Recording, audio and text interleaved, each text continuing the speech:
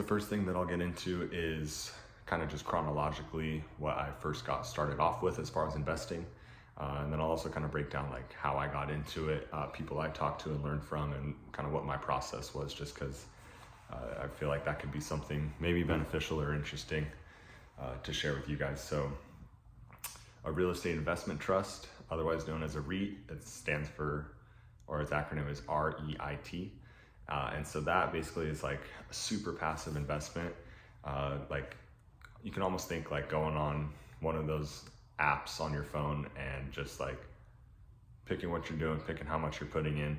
Typically to get involved in real estate investments like that, you would have to be an accredited investor. This opportunity did not require you to be an accredited investor, and I can kind of go into that a little bit more in depth later on. But to be accredited, essentially you have to have like $1 million net worth and like all these other requirements.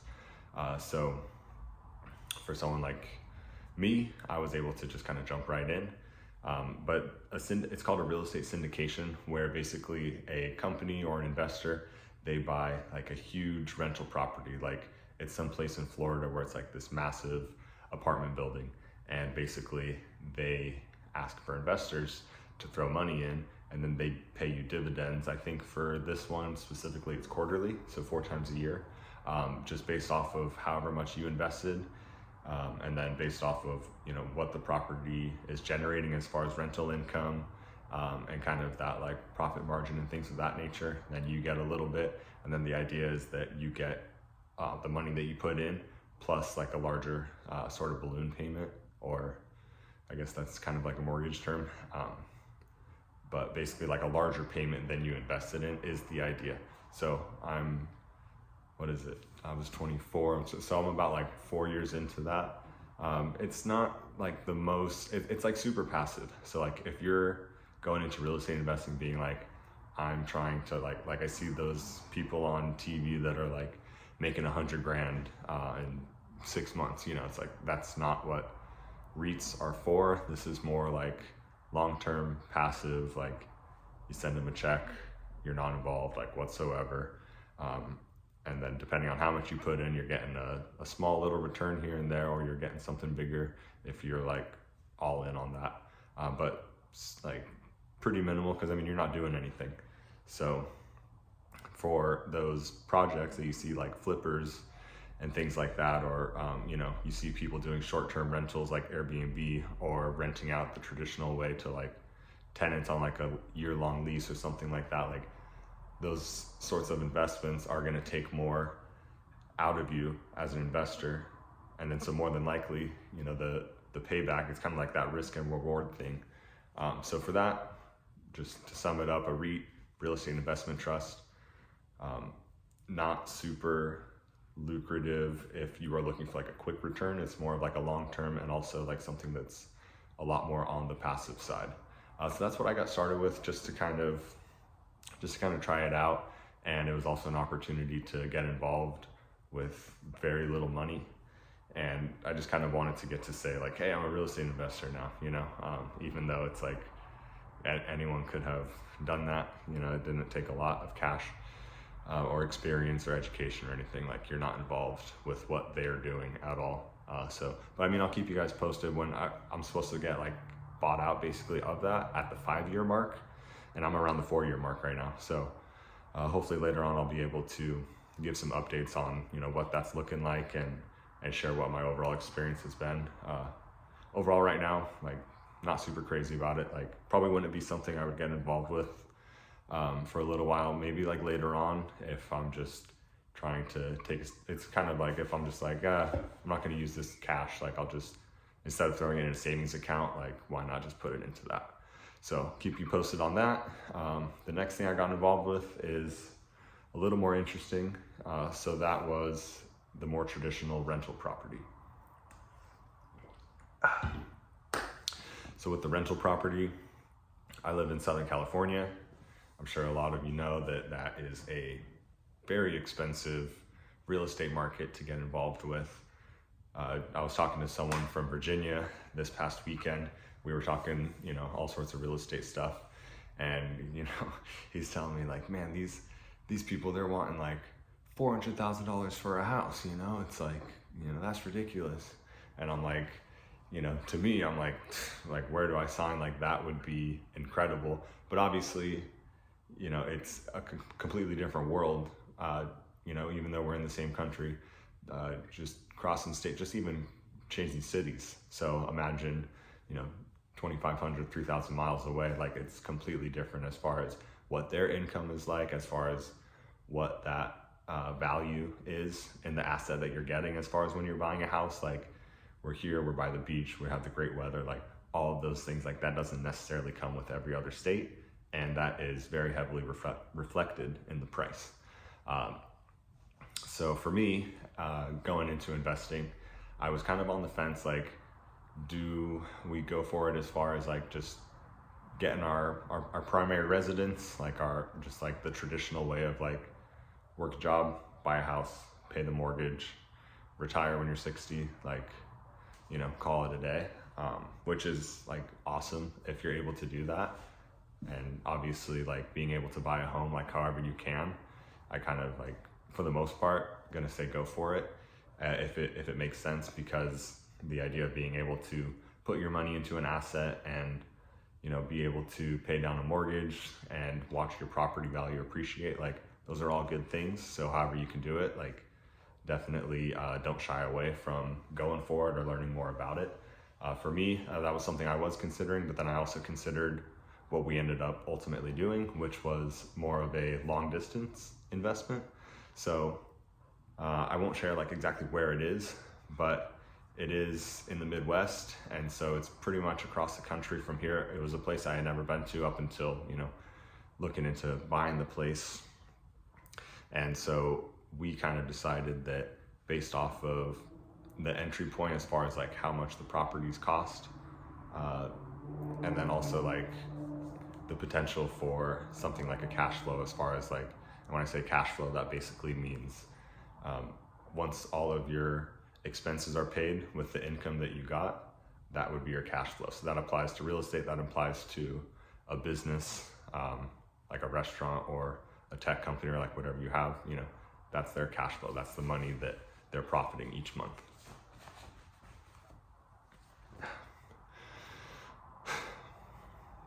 So we decided to go for that, and it's been quite the experience for sure. Like, we definitely had a lot of hiccups, a lot of ups and downs.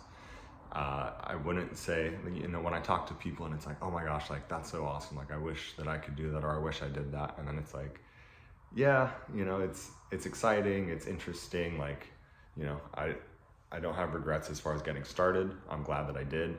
But also there's a lot of things that I would have done differently. One thing that I would emphasize is the importance of having good property managers, especially when you're so far away that you just can't realistically be there all the time. So basically how I got involved with picking that market was a lot off of different podcasts, books, and things of that, of just learning about different markets and what investors are looking for. But I actually had known someone from the gym, and I would talk to him all the time, and he had multiple rental properties out of state. He also lived in Southern California, and he had gotten involved in some of those different cities and states that were in the Midwest. And so I was just basically picking his brain, seeing what he does and how he does it. And so he actually does a couple different types of investments. He does short-term rentals as well as long-term stuff. So like, he bought a house that he uses as an Airbnb.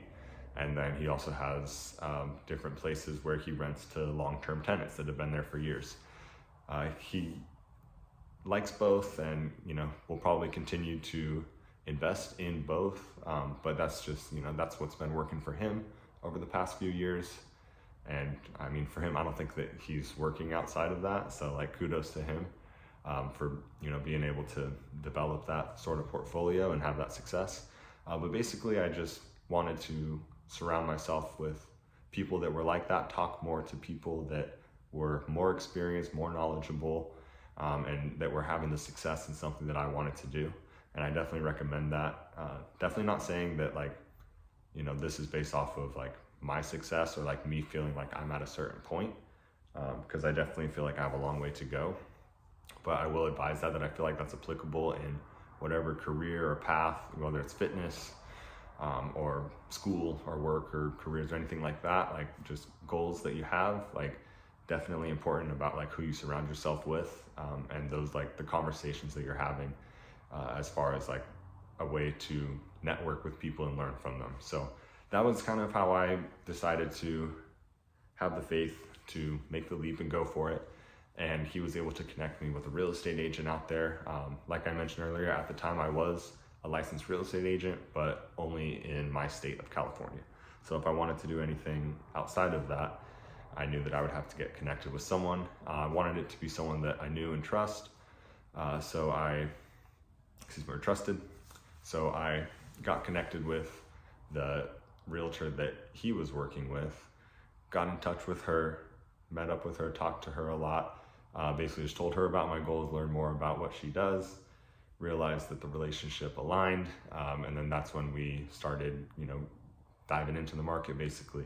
So I got pre-approved, which means that I brought my finances in to a mortgage lender, a mortgage company, and then once I got that pre-approval for that certain amount, the loan amount, then we really started going more into like, these are the specific properties that you can afford.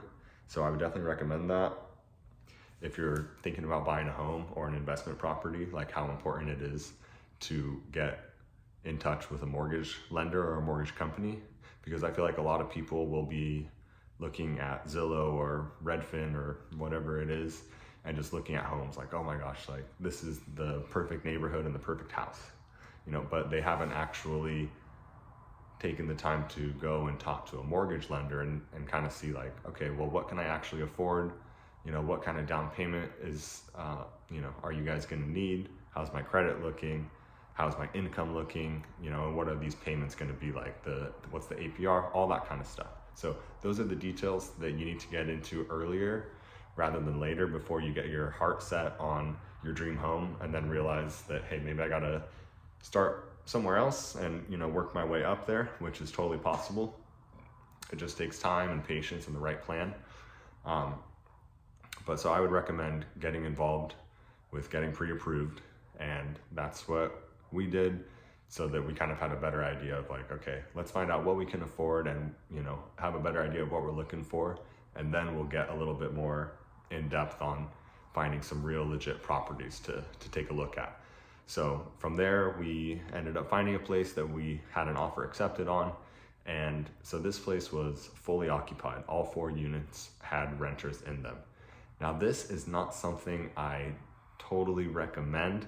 I think that turnkey real estate investing definitely has its place for some people, especially like if you're later on down the line where it's like, I don't have much of a network out there. I don't want to worry about the hassle of finding new tenants, or I don't want to worry about having to take the time to renovate units, find tenants, do all that stuff. Like, I'm ready to just buy this thing and cash flow like on day one.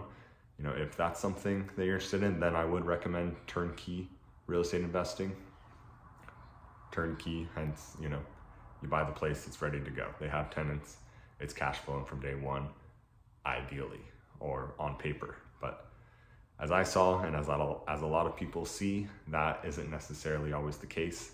Even if it looks like, hey, the taxes, the insurance, the rent, all of that stuff, like the income versus the expenses, once we buy this place, they check out. It looks like I'm gonna be cash flowing, $1,000 a month. Like, awesome, I can work a few less days at work, whatever it is that is motivating you. Or if it's just like, sweet, I can save up all that money and do it again soon. Sometimes that does happen and that does work, but then there's other times, and like to my experience, where it's like, it's not always gonna go according to plan. It almost never does exactly go according to plan. So keep that in mind. If I were to do it again, I would probably buy something that didn't have any tenants in it, because that way I would be able to have the freedom to pick my own tenants.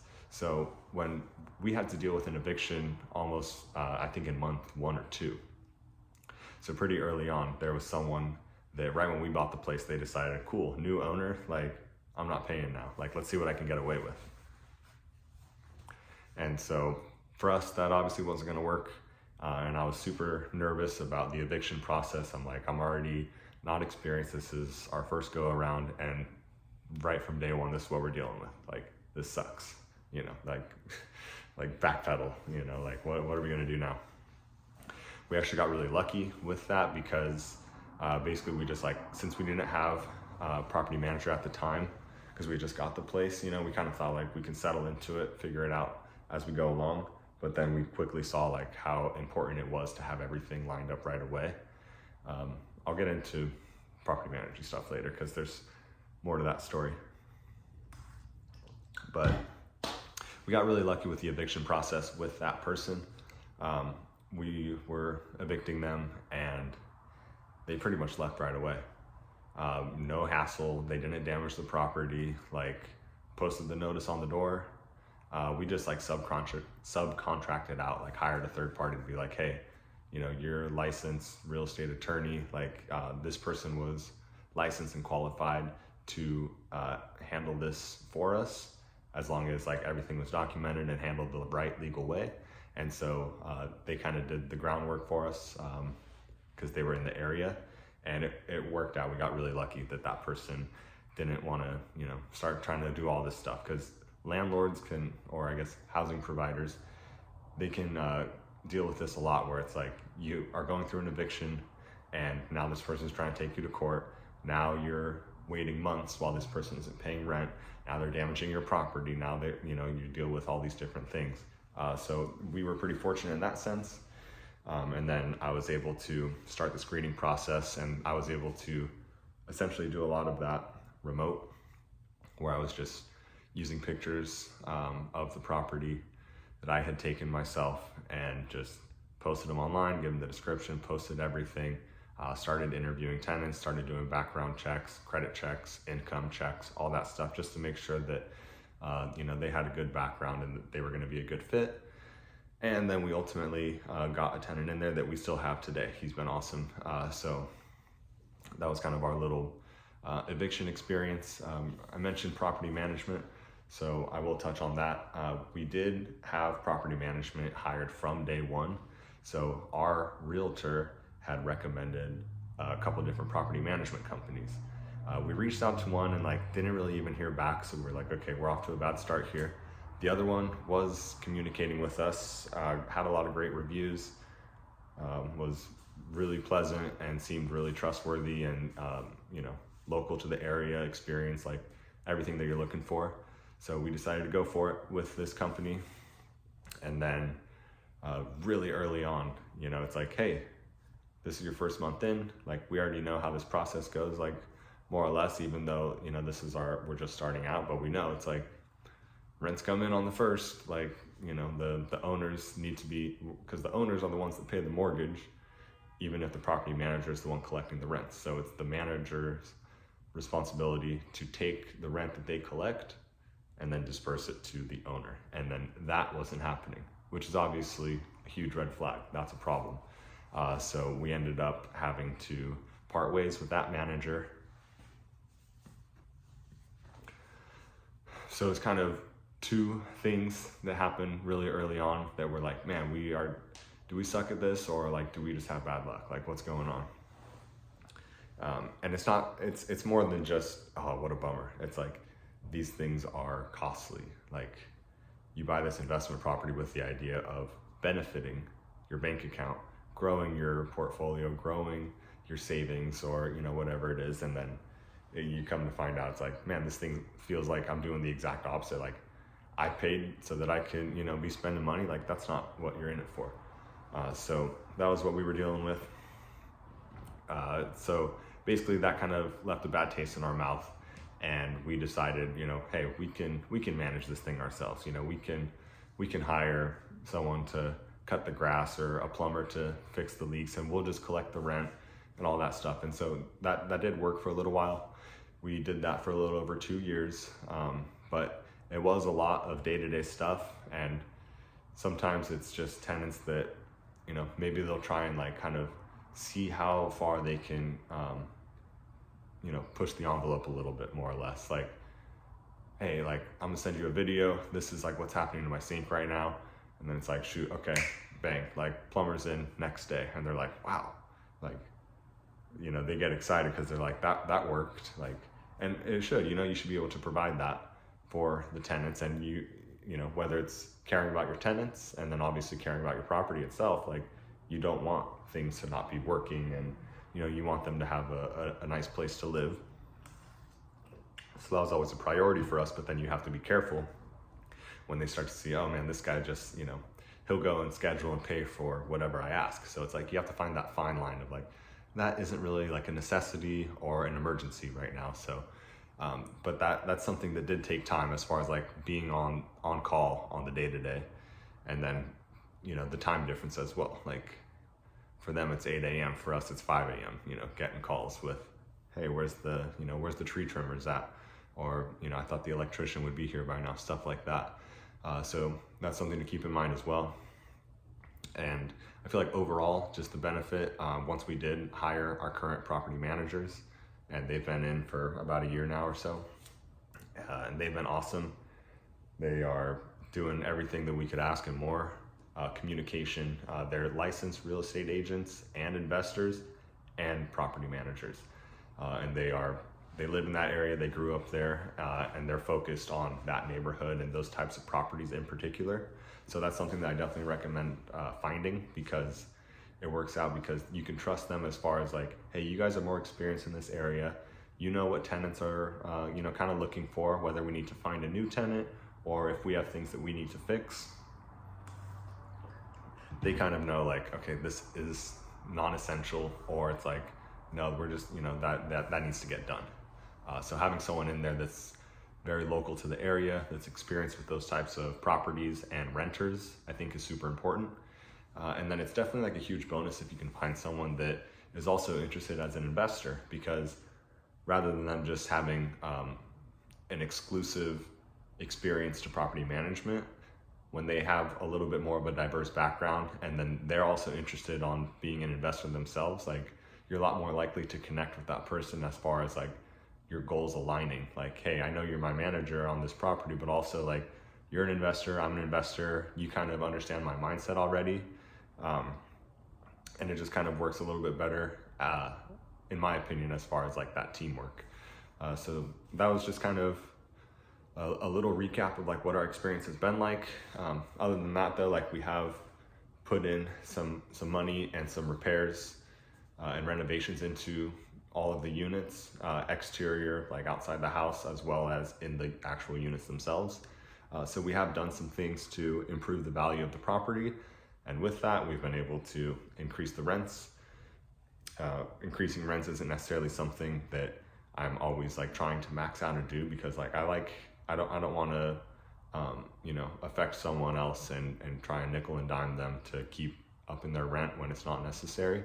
But if you are putting money into your property and now that property is worth much more, then it's only fair that if they want to continue to live there, then they should be able to at least pay the market price. And so that's what we've been able to do over the past few years. Definitely at this point, year 3, like, still having some ups and downs, but it has been a lot less stress ever since getting property managers in. We don't have to worry about the day-to-day phone calls and maintenance scheduling and all that stuff. We can call them up on the phone or shoot them a text anytime, get in touch with them, get a rundown of what's going on. And then a lot of stuff is just handled by email as well. So whenever it's convenient for everyone, and then not having to worry about the day-to-day, like I said, is a huge plus. It frees up not only your schedule, but also just your frame of mind of like not having to worry about it as much on a daily basis. So that would be my recommendation. And I can always help as far as if you're looking at a specific area and you're trying to figure out how to network, that's something that I can do my best to assist with. There's a lot of different networking events and platforms and things like that where you can talk to people remotely or go to these in-person meetups and things like that, and just kind of build that relationship that way. So that's a huge plus. It's all about relationships. It's all about finding people that you know and trust, and things like that. So the most recent investment for me was a more short-term deal. So that was what's known as a fix and flip. That's where you buy a property, you fix it up, like when you see a house flip or something like that. So you're putting more money into it, and then your plan is to sell it and cover not only how much the house was worth when you bought it, plus all of the repairs that you put into it, and then the idea is to hopefully make a profit once you sell it at the end. So this is what we got involved with. We're actually still working on it right now, so this is my first time doing that. So I'll definitely be keeping in touch as far as like how that's going. But this one is actually in Southern California, and it's a little bit more complicated because what the team is doing, I'm not super involved on the day-to-day, but I'm just involved as an investor, and I was a little bit involved as far as going through all of the plans, like the architecture stuff, and going through the blueprints and the financial game plan of like what's going to be going on, what are the expectations, what are the goals, and what are the strategies. So with this, it became a little more complicated because you weren't just buying a single family house like a traditional house and then just, you know, painting it and adding some new countertops and reselling it. It's a little bit different because their game plan, or our game plan, was to do 2 additional units. So that's called an ADU, an additional dwelling unit. And so they were building 2 of those, the contractors and the construction team. So they kept the original house, fixed it up, and then in the backyard added 2 additional units to now sell it as a 3-unit property. So that obviously is going to take a lot more time and a lot more money, but the goal, of course, is to be able to make more of a profit. So I'll be sharing some more details later on about the progress and how that's going and all that stuff like that. Hopefully be able to, you know, share some before and after pictures and stuff. I know that's always something nice to look at, but it is cool in my experience now that I'm 28, and this was something that I didn't really expect to do. I just started listening to podcasts and I was like, that is totally, you know, what I'm interested in, what I'm into doing.